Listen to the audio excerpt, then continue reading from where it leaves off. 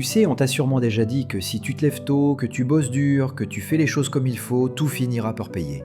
Que la patience, le mérite, l'intégrité, ça finit toujours par ouvrir des portes. C'est beau comme idée, non? Presque rassurant. Mais toi, t'as peut-être remarqué que c'est pas tout à fait ce qui se passe. Tu fais tout comme il faut, tu respectes le cadre, tu t'épuises à faire bien, et pourtant, t'as cette sensation de rester sur le quai pendant que d'autres montent dans le train. T'as vu des collègues monter les échelons alors qu'ils ne semblent pas briller plus que toi. T'as entendu les félicitations tomber sur ceux qui passent plus de temps à soigner leurs relations qu'à produire un vrai travail. Et pendant ce temps-là, toi, tu fais les heures, tu portes les dossiers, tu fais le job. Et tu restes invisible. Tu finis même par te demander si c'est pas toi le problème, si t'es pas assez bon, si tu manques d'un petit quelque chose que les autres ont et que toi t'as pas. Mais je vais te dire une chose, c'est pas que t'es mauvais, c'est pas une question de talent ou d'effort, c'est juste que t'as pas compris à quel jeu tu joues. Tu suis des règles que les autres ignorent totalement. T'essaies de jouer une partie d'échecs dans un casino où tout le monde triche au dé. Pendant que tu réfléchis à ton prochain coup, eux, ils changent les pièces pendant que t'as le dos tourné. Et ils rigolent presque en te regardant t'appliquer avec sérieux, alors qu'eux font avancer leurs pions par la bande avec un clin d'œil au croupier. C'est frustrant, hein? C'est comme si tu vivais dans un monde parallèle, un monde où les valeurs qu'on t'a inculquées ne produisent pas les résultats promis. Mais c'est pas un bug du système, c'est le système. Le monde fonctionne sur d'autres logiques. Et si tu continues à miser sur l'effort seul, t'auras toujours l'impression de courir sur un tapis roulant pendant que d'autres prennent l'ascenseur. Ces règles-là, elles sont rarement écrites noir sur blanc. Elles sont murmurées dans les couloirs, transmises dans les non-dits, les regards, les petits codes invisibles. Comme savoir à qui parler, comment se rendre utile sans en avoir l'air, comment se placer dans une réunion sans même prendre la parole. C'est tout un art, une danse sociale que beaucoup maîtrisent sans même y penser et que toi tu ignores parce que personne ne t'en a jamais parlé. Imagine un instant que t'es dans un bureau classique. Deux collègues. L'un est méticuleux, efficace, discret, il est toujours là quand il faut, rend des travaux impeccables, trouve des idées géniales, mais reste dans l'ombre. L'autre, elle est moins brillante, mais elle a le contact facile. Elle sait qui complimenter, quand poser une question flatteuse, comment se rendre visible sans en faire trop. Qui va être promu à ton avis? Exactement, celle qui joue le jeu social. Parce que dans ce monde, ce qu'on voit compte souvent plus que ce qui est vrai. Tu trouves ça injuste? T'as raison, ça l'est. Mais l'injustice n'attend pas ton approbation pour exister. Et c'est là qu'entre en scène un type dont on parle peu, ou alors mal, Machiavel. On l'a souvent caricaturé comme un monstre, un manipulateur froid, un stratège sans cœur. Mais c'est pas ce qu'il était. Ce gars-là, il a simplement eu le courage de regarder le monde en face. Pas tel qu'on aimerait qu'il soit, mais tel qu'il est vraiment.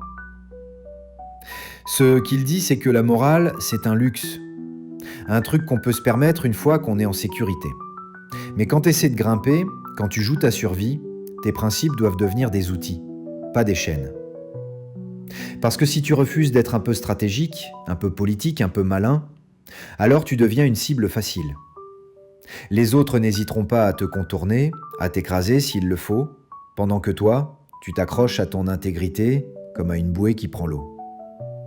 Et il faut bien comprendre une chose. Il y a une différence immense entre manipuler pour détruire et influencer pour avancer. La manipulation, c'est quand tu utilises les autres comme des pions, sans scrupule. Mais la stratégie, c'est quand tu choisis le bon moment, le bon mot, la bonne posture, pour défendre ce qui est important pour toi. Et cette nuance-là, elle change tout. Elle te permet de rester droit, tout en étant efficace. Et c'est pas une incitation à la trahison, c'est pas un appel à devenir froid ou cruel. C'est juste un rappel. Dans ce monde, la vertu seule ne suffit pas. Il faut aussi de la stratégie. Parce que la sincérité, si elle est mal placée, devient une faiblesse, une faille dans ton armure. Pense à l'entrepreneuriat. Deux fondateurs lancent chacun un produit. L'un, Marc, bosse comme un fou. Son produit est techniquement irréprochable. L'autre, Claire, a un produit moins abouti, mais elle sait se vendre. Elle pitche bien, elle attire les regards, elle fait rêver les investisseurs. Qui va lever des fonds? Qui va apparaître dans les médias? Qui va attirer les premiers clients? Tu connais la réponse. Ce n'est pas la qualité brute qui attire, c'est l'histoire qu'on raconte autour. Et Marc, malgré son génie, finit par se dire que le monde est absurde, il n'a pas tort. Mais pendant qu'il rumine, Claire avance, parce qu'elle a compris que ce n'est pas toujours la vérité qui parle le plus fort, mais celui qui sait la mettre en scène. Alors qu'est-ce que tu fais avec ça ? Tu peux continuer à espérer que les choses changent, que ta valeur finira par être reconnue, ou tu peux décider de te réveiller, de regarder autour de toi et de dire « Ok, si c'est ça le jeu, alors je vais apprendre à y jouer ». Ça ne veut pas dire trahir qui tu es, ça veut dire t'adapter. Et ça commence par l'écoute, l'observation. Regarde les dynamiques, les alliances, les comportements qui marchent. Pose-toi des questions. Pourquoi cette personne est toujours sollicitée ? Pourquoi celle-là a-t-elle toujours une place à la table des décisions ? Ce sont ces micro-signaux, ces subtilités qui forment la vraie carte du pouvoir. Il y a une manière de se transformer sans se renier. Tu peux rester fidèle à tes valeurs tout en devenant un stratège. Regarde Thomas. Lui aussi croyait que son travail suffirait. Et puis un jour, il a observé. Il a vu comment les autres naviguaient, comment ils créaient des alliances, comment ils construisaient leur image. Alors il a appris. Il a commencé à parler un peu plus, à s'ouvrir, à se montrer, pas pour tromper mais pour exister. Et les résultats ont suivi. Au début, c'était inconfortable. Il avait l'impression de trahir quelque chose. Mais petit à petit, il a compris que parler de ses réussites, ce n'était pas se vanter, que demander de l'aide, ce n'était pas être faible, que dire ce qu'on pense au bon moment, ça pouvait faire toute la différence. Et il a vu les regards changer, les opportunités apparaître, le respect venir, non pas pour ses sacrifices, mais pour sa présence. Ce qu'il a compris, c'est qu'il ne s'agit pas de jouer sale pour jouer sale. Il s'agit de survivre dans un monde qui ne te fera pas de cadeaux si tu ne réclames pas ta part.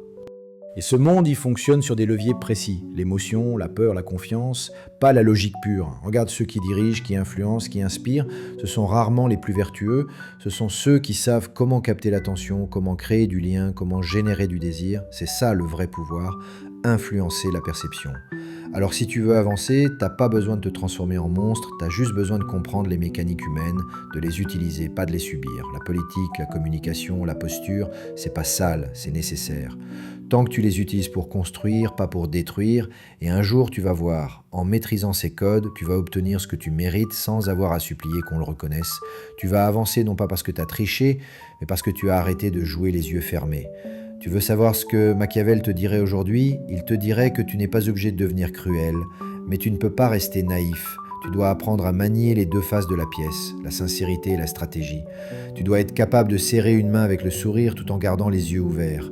Alors maintenant, la balle est dans ton camp, tu peux continuer à suivre les règles d'un jeu qui ne t'avantage pas, ou tu peux enfin apprendre les vraies règles, pas pour trahir qui tu es, mais pour protéger ce que tu veux construire.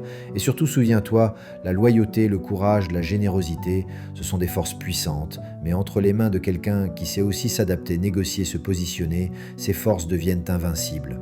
C'est là que tu cesses d'être un rêveur frustré et que tu deviens un acteur du réel, parce que dans ce monde, ce ne sont pas toujours les plus justes qui gagnent, mais souvent les plus lucides.